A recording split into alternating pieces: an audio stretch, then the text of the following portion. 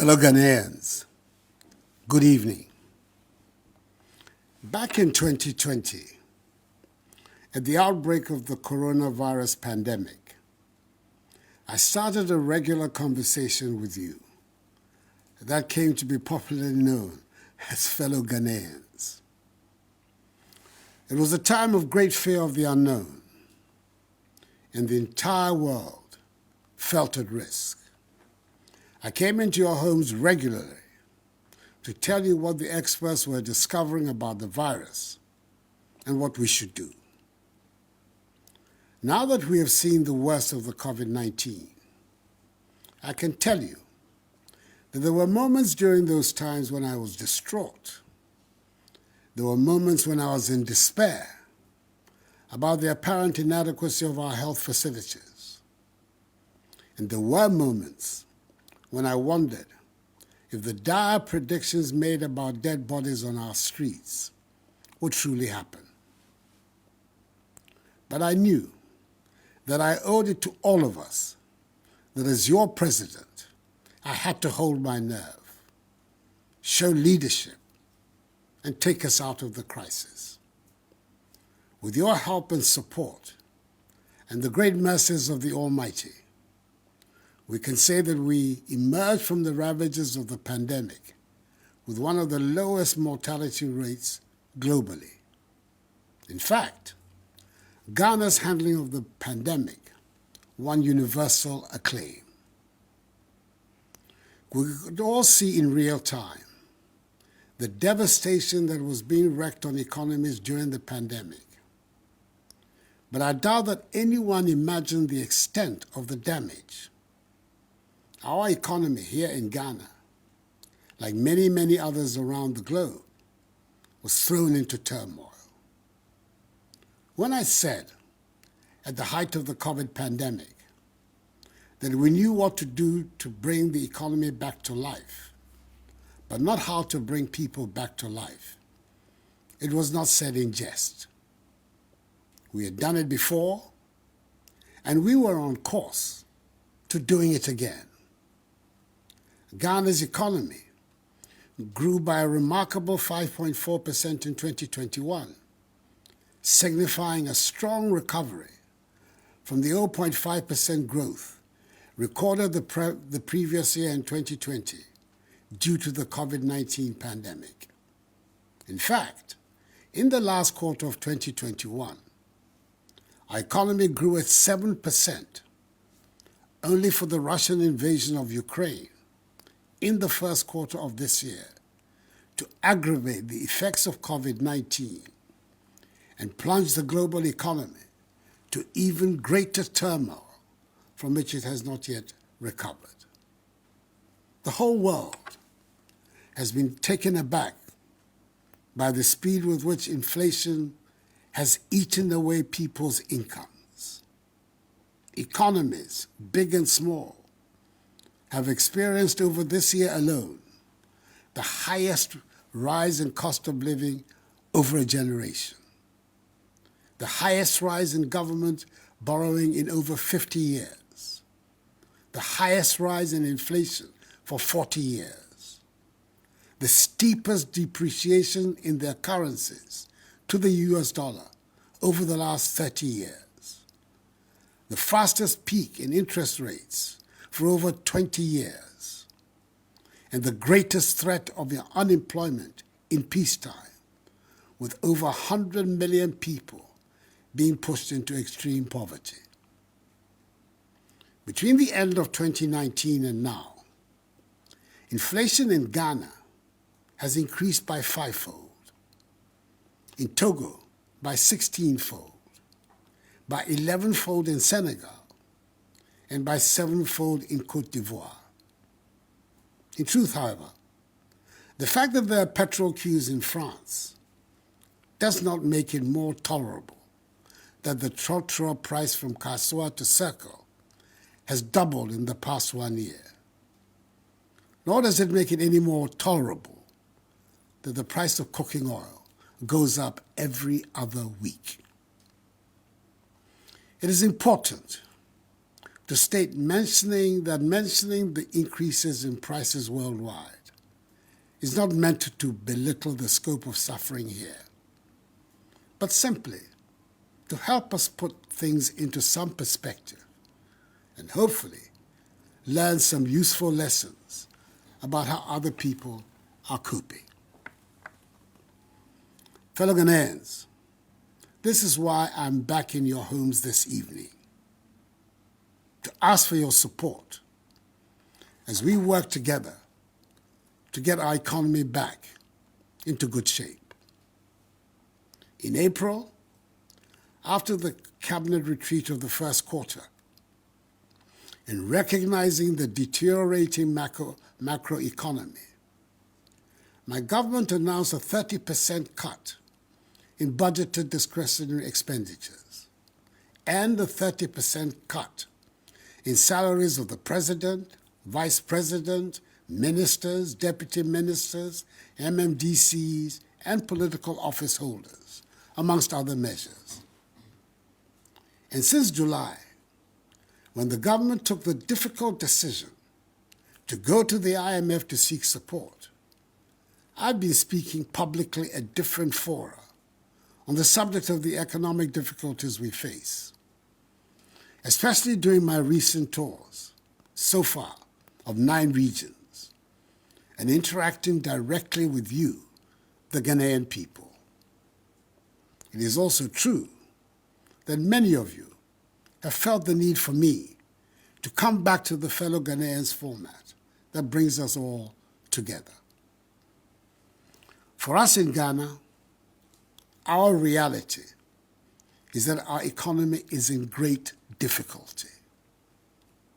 The budget drawn for the 2022 fiscal year, that is this year, has been thrown out of gear, disrupting our balance of payments and debt sustainability, and further exposing the structural weaknesses of our economy.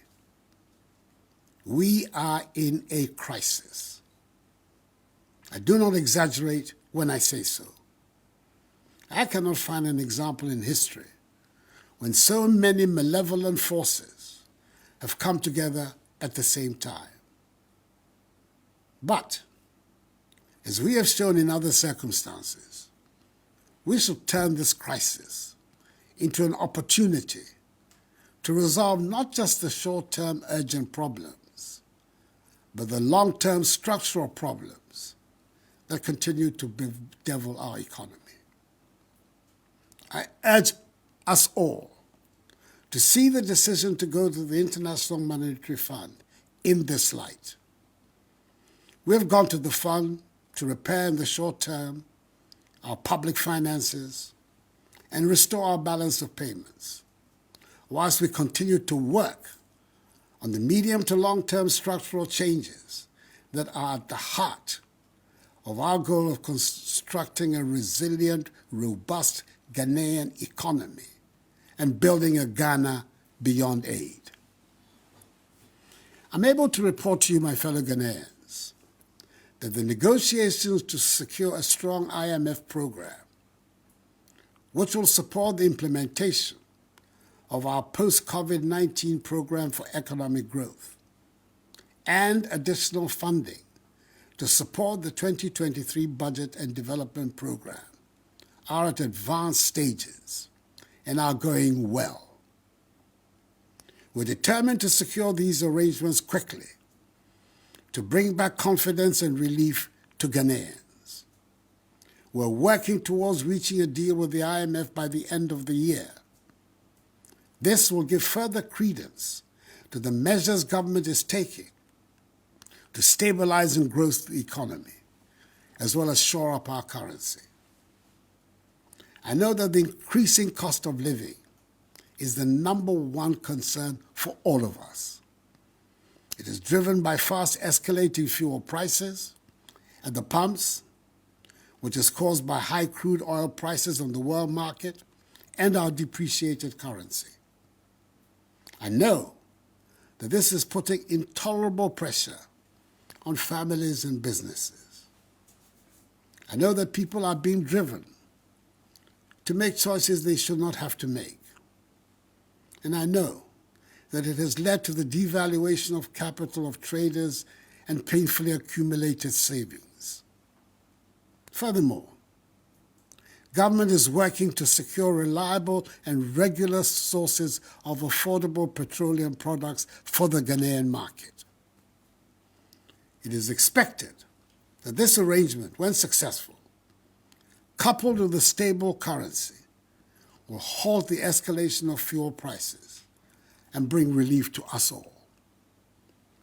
I hear from the market queens also that another factor fueling the high prices is the high margins that some traders are slapping on goods for fear of future higher costs. I say to our traders, we are all in this together. Please, let us be measured in the margins we seek. I have great respect and admiration for the ingenuity and hard work of our traders, especially those that take on the distribution of foodstuffs around the country. And I would hesitate to join in calling them names. I do make a heartfelt appeal that we all keep an eye out for the greater good and not try to make the utmost profits out of the current difficulties. In language that every market woman and indeed every trader in our country understands, let me say that the basic problem we face is that we're not making as much money as we need to spend. And what little money we do make is going to pay for the debts we have contracted to fund the development projects we must have. Not enough of us are paying our taxes. Not enough of us are producing to generate the revenues that we need. Nevertheless, my ambitions for Ghana remain high. All our children should be educated and trained with skills that will enable us to be competitive in the world. We need to close rapidly the infrastructure gap. We need to build a world-class healthcare system. And we need to build confidence in ourselves to make ours the happy and prosperous place it deserves to be. I believe we can and we will find the means to achieve these goals, even if the immediate measures we have to take are painful. At the just-ended Cabinet retreat at Peduasi Lodge, my government agreed on the framework for the post-COVID-19 program for economic growth and the IMF's support for its implementation, as well as the work being done by the Ministry of Finance in preparation for the 2023 budget. At the retreat, we took some firm decisions that should put us on the path that will take our nation out of the current economic difficulties. Let me try and give you an outline of the main decisions without getting into the technical language that baffles many of us. To restore and sustain debt sustainability, we plan to reduce our total public debt to GDP ratio to some 55% in present value terms by 2028, with the servicing of our external debt pegged at not more than 18% of our annual revenue also by 2028. We're committed to improving the revenue collection effort from the current tax revenue to GDP ratio of 13% to between 18 and 20%, to be competitive with our peers in the West Africa region. The Ghana Revenue Authority is rolling out an extensive set of measures to support the enhanced revenue mobilization. All of us must do our patriotic duty and support the GRA in this exercise. We're aiming to restore and sustain macroeconomic stability within the next 3 to 6 years, with a focus on ensuring debt sustainability to promote durable and inclusive growth while protecting the poor. We've decided to review the reforms in the energy sector, the capping of statutory funds, implementation of the Exemptions Act, and a new property rate regime. We've also decided to continue with the policy of 30% cut in the salaries of political office holders, including the President, the Vice President, ministers, deputy ministers, MMDCs, and SOE appointees in 2023, just as we will continue with the 30% cut in discretionary expenditures of ministries, departments, and agencies. My fellow Ghanaians, the success of our efforts at diversifying the structure of the Ghanaian economy from an import-based one to a value-added exporting one is what will, in the long term, help strengthen our economy. We're making some progress with the 1D1F, but our current situation requires that we take some more stringent measures to discourage the importation of goods that we can and do produce here. To this end, we will review the standards required for imports into the country.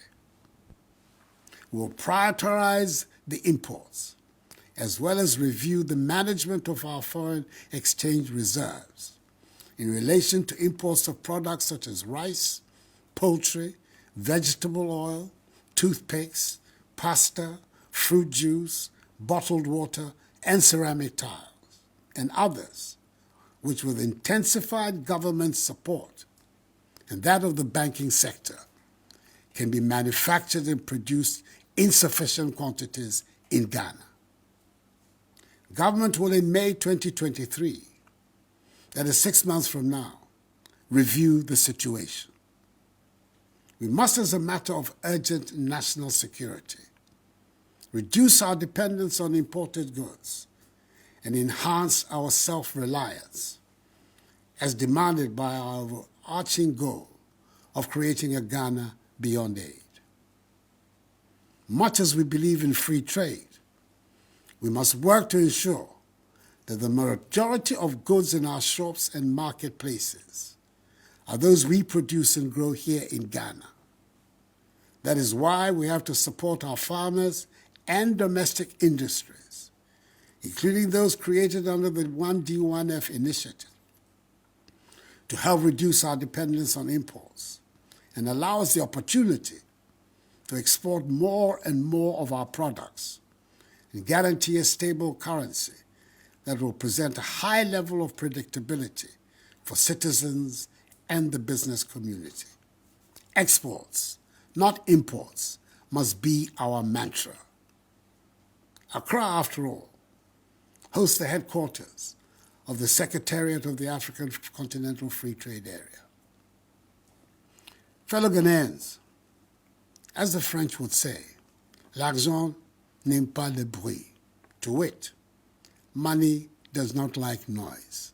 Sika mpe dede. Where there's chaos, where there's noise, where there's unrest, you will not find money. If you talk down your money, it will go down. If you allow an unidentifiable person to talk down your money, it will go down. The recent turbulence on the financial markets was caused by low inflows of foreign exchange and was made worse in the last 2 to 3 weeks, in particular, by the activities of speculators and the black market. An anonymous 2-minute audio message on a WhatsApp platform predicting a so-called haircut on government bonds sent all of us into banks and forex bureaus to dump our CDs, and before we knew it, the CD had depreciated even further. All of us can play a part in helping to strengthen the cedi by having confidence in the currency and avoiding speculation. Let us keep our cedi as the good store of value it is. To those who make it a habit of publishing falsehoods, which result in panic in the system, I say to them that the relevant state agencies will act against such persons. Indeed, some steps have been taken to restore order in the foreign exchange markets, and we're already beginning to see some calm returning. We will not relent until order is completely restored. The following actions have been taken thus far. 1. Enhanced supervisory action by the Bank of Ghana in the Forex Bureau markets and the black market to flush out illegal operators, as well as ensuring that those permitted to operate legally abide by the market rules.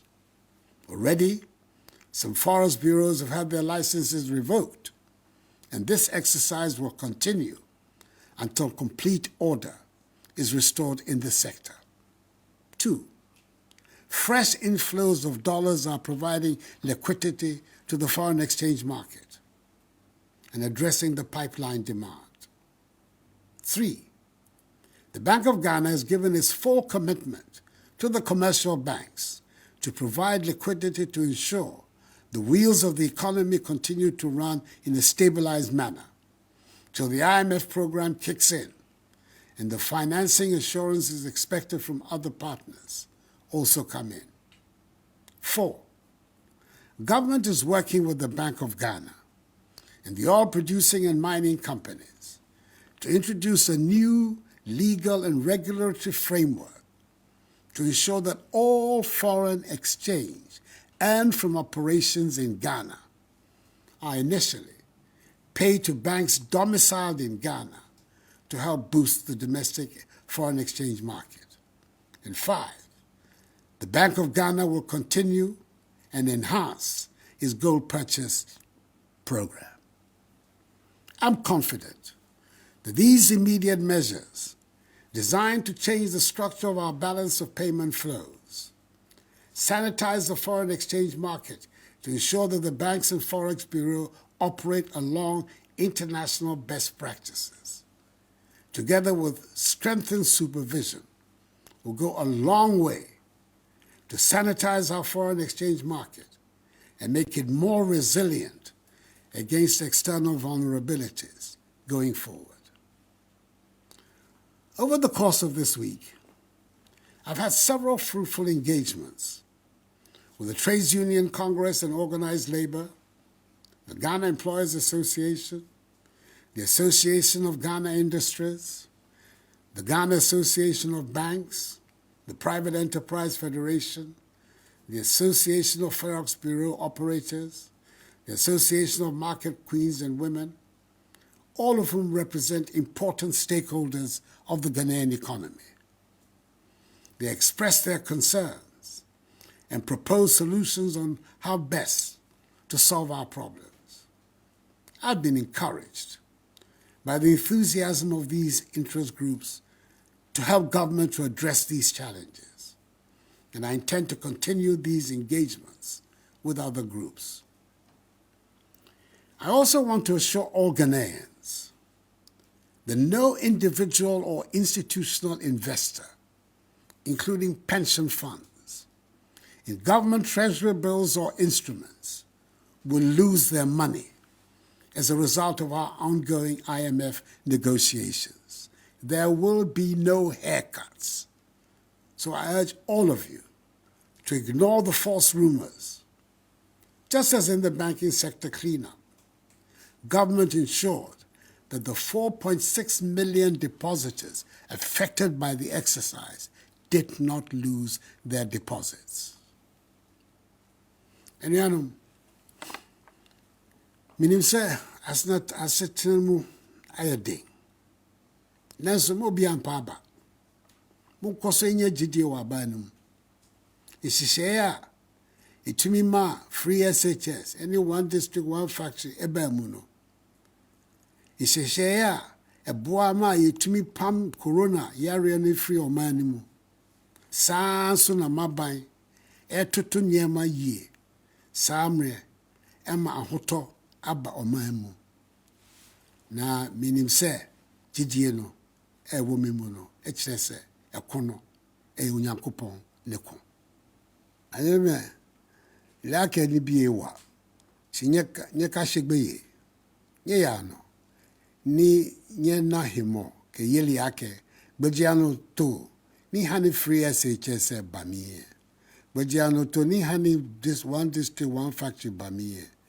Bejiano to, ni hani wanye washwe corona hela keshi wa maane miye. Na kano ni miamlalo, bato bejiano to, koni hijole abami.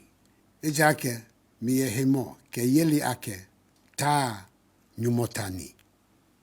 My government has always been cognizant of the importance of implementing policies and social interventions to relieve Ghanaians of hardships. It is for this reason that over the first 5 years in office, the government reduced electricity tariffs cumulatively by 10.9%. We provided free water and electricity, as well as reduced tariffs for the entire population during a whole year of the COVID-19 pandemic. We increased the share of the District Assembly's Common Fund to persons with disabilities by 50%. We exempted Kayaye from market tolls. We expanded the LEAP by 150,000 beneficiaries. We expanded school feeding from 1.6 million children to 2.1 million children. We restored teacher and nursing training allowances. We absorbed the cost of BC and WACC exam registrations for parents. No guarantor is now required to obtain student loans. The Ghana card is sufficient. And we have implemented free TVET, as well as free senior high school education. It is obvious, fellow Ghanaians, that you have a government that cares. We are determined to restore stability to the economy and provide relief. Well, all of us are in this together and asking for your support to rescue Ghana from the throes of this economic crisis. I have total confidence on our ability to work our way out of our current difficulties. We are not afraid of hard work. We will triumph, as we have triumphed many times before. Let us unite and rally around our republic, its institutions and its democratic values, and insist that under God we will emerge victorious from our current difficulties. For this too shall pass, as the battle is the Lord's. I'll be coming regularly to keep you updated about the measures your government is making to move our country forward and tackle our economic challenges. God bless us all and our homeland Ghana, and make her great and strong. And thank you for your attention, and have a good evening.